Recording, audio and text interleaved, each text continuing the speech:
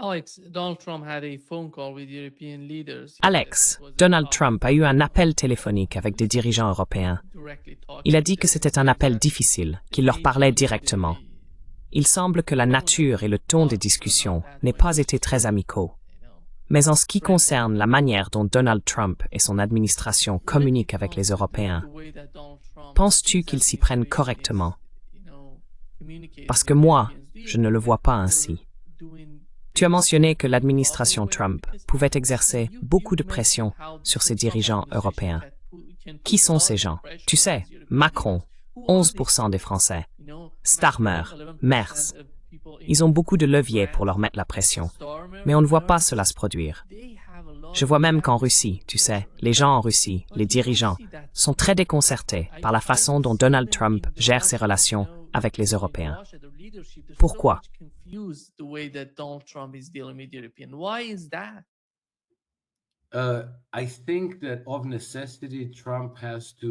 Je pense que par nécessité, Trump doit le faire. Parce que, vous savez, ce sont d'anciens alliés américains. Et il faut garder à l'esprit que Trump n'a pas encore passé une année complète à la Maison-Blanche. C'est une administration relativement nouvelle. Il existe beaucoup de réflexes bien ancrés, de relations héritées et de liens entre individus et institutions des deux côtés de l'Atlantique. On ne peut pas simplement renverser tout cela d'un seul coup. En plus, il savait que Trump allait revenir depuis un certain temps, ou du moins, il pensait qu'il pourrait le faire.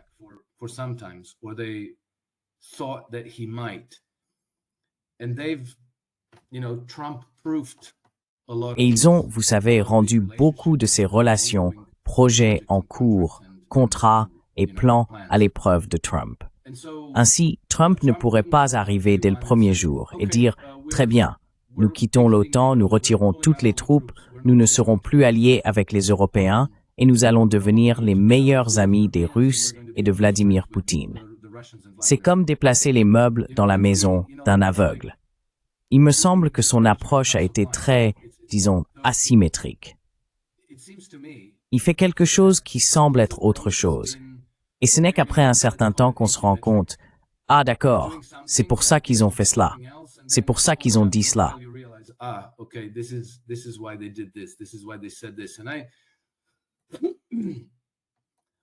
Et j'ai cru cela depuis le début, mais j'ai aussi été déstabilisé à plusieurs reprises. Et je dois dire que je le suis encore par les questions concernant, disons, le Venezuela et l'Argentine.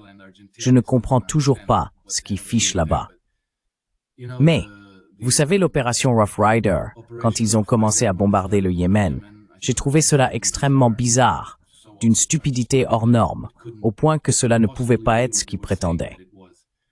Puis la fausse guerre contre l'Iran, puis toutes ces déclarations du genre « Oh, je suis terriblement déçu par Vladimir Poutine. Bon, c'est fini, on rompt, l'Alaska est mort. » Vous savez, on a eu ça pendant quelques semaines. Tout le monde disait que l'Alaska était mort, que l'occasion avait été manquée.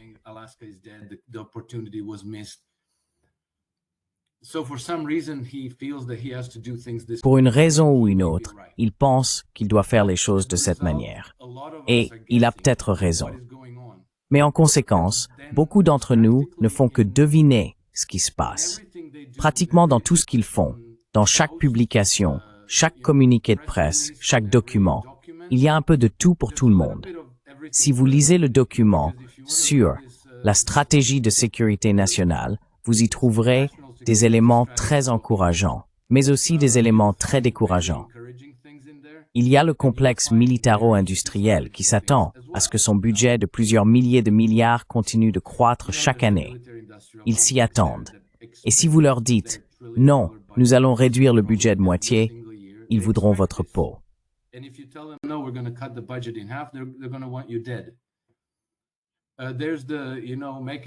Il y a tout ce truc de rendre l'Amérique à nouveau en bonne santé, ce qui est, tu sais, potentiellement très mauvais pour Big Pharma. Donc, il pourrait vouloir sa mort aussi. L'OTAN, maintenant, il semble que les États-Unis pourraient très bientôt se retirer de l'alliance de l'OTAN.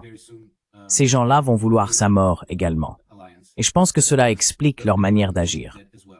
Et regarde, il y a à peine 10 jours, quand Steve Witkoff et Jared Kushner étaient à Moscou, les gens doivent se demander, pourquoi a-t-il envoyé Steve Witkoff et Jared Kushner à Moscou? Pourquoi n'a-t-il pas envoyé Marco Rubio, le secrétaire d'État? C'est censé être son travail. Eh bien, évidemment, parce qu'il ne peut pas faire confiance à ces gens-là.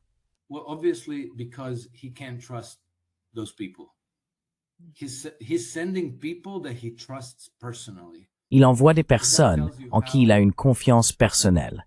Cela montre à quel point il peut se sentir menacé et à quel point tout son programme est fragile, qu'il ne peut pas laisser Marco Rubio faire son travail parce qu'il craint que celui-ci ne soit saboté ou étouffé d'une manière ou d'une autre.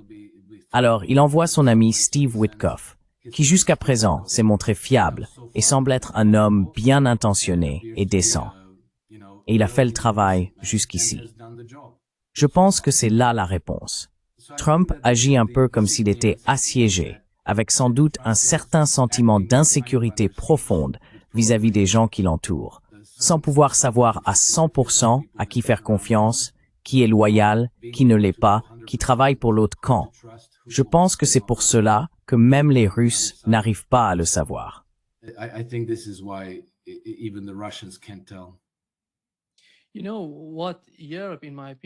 Tu sais, ce que l'Europe, à mon avis, ne comprend pas, c'est que les États-Unis ont totalement changé, ou plutôt que le monde entier a totalement changé, par rapport à ce qu'il était avant les guerres en Irak et en Afghanistan.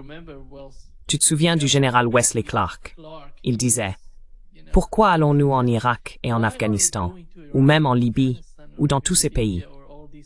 Nous sommes puissants, nous avons beaucoup à dépenser là-bas. » Aujourd'hui, les États-Unis ne sont plus dans cette même position, et l'Europe ne le comprend pas. C'est pourquoi les États-Unis ne veulent pas la poursuite du conflit en Ukraine. Ce n'est même pas l'Irak et l'Afghanistan.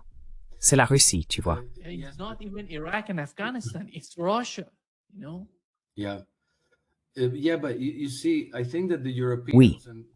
Oui, mais tu vois, je pense que les Européens, et tu sais, il faut dire principalement l'establishment de la politique étrangère britannique, s'en moquent. Ils n'ont pas besoin de gagner des guerres. Ce dont ils ont besoin, c'est de maintenir les régions clés du monde dans un état de déstabilisation permanente.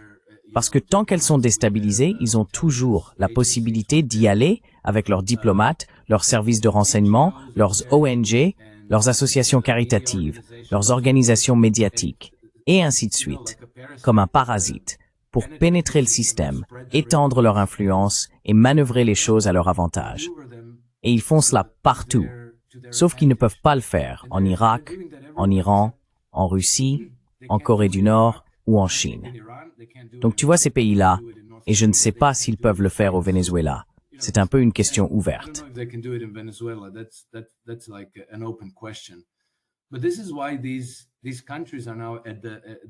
Mais c'est pour cette raison que ces pays sont désormais les cibles de l'Empire. Et vous savez, s'ils ne parviennent pas à les rallier par ces moyens clandestins et par leur soft power, alors les États-Unis doivent commencer à larguer des bombes et à envoyer des forces spéciales et d'autres choses du genre. Donc, une fois que les États-Unis disent « D'accord, j'en ai fini, je ne fais plus ça pour vous », tout le monde perd la tête parce qu'ils n'ont pas d'autres moyens d'agir. Eh bien, apparemment, les réseaux de renseignement britanniques contrôlent la plupart des forces djihadistes dans le monde. Et ils contrôlent probablement la plupart de ces milices et bataillons néo-nazis en Ukraine. Ainsi, une fois qu'ils auront perdu en Ukraine, ils essaieront probablement d'en extraire la majorité pour mener des actions de terrorisme, de sabotage et des assassinats à travers l'Europe, les États-Unis et partout ailleurs où ils en auront besoin.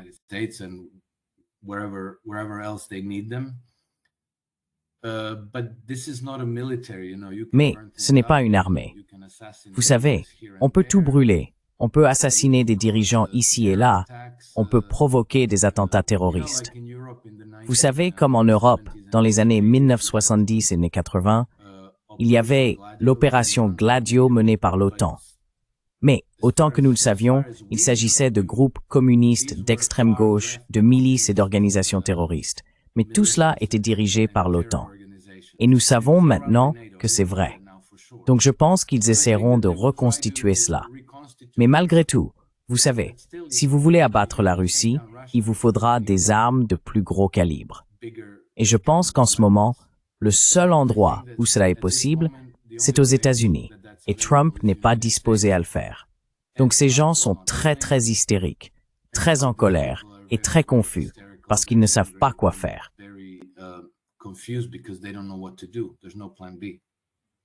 Il n'y a pas de plan B. Je pense que l'essentiel, ce sont les Britanniques et le gouvernement britannique. Car si l'on regarde ce qui se passe en Israël, il faut se demander quel rapport Israël a-t-il avec le conflit en Ukraine? Pourquoi tous ces sionistes aux États-Unis soutiennent-ils l'Ukraine? Oui, Six-Men, c'est la clé. Qui est derrière tout ça? Quelle est la compréhension de la situation, Alex?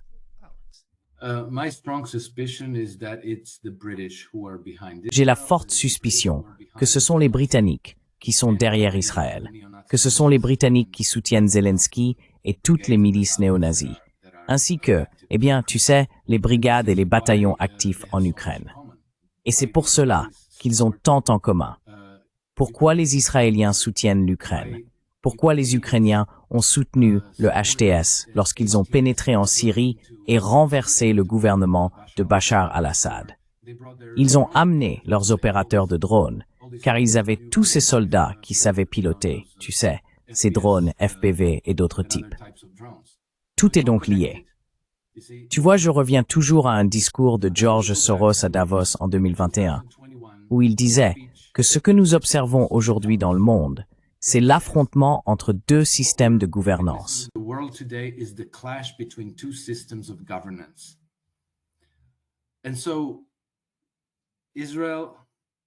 Ainsi, Israël, l'Ukraine, la Syrie, ce ne sont que des champs de bataille différents de la même guerre. C'est la guerre entre l'Empire mondial, l'ordre mondial fondé sur des règles et tous les autres.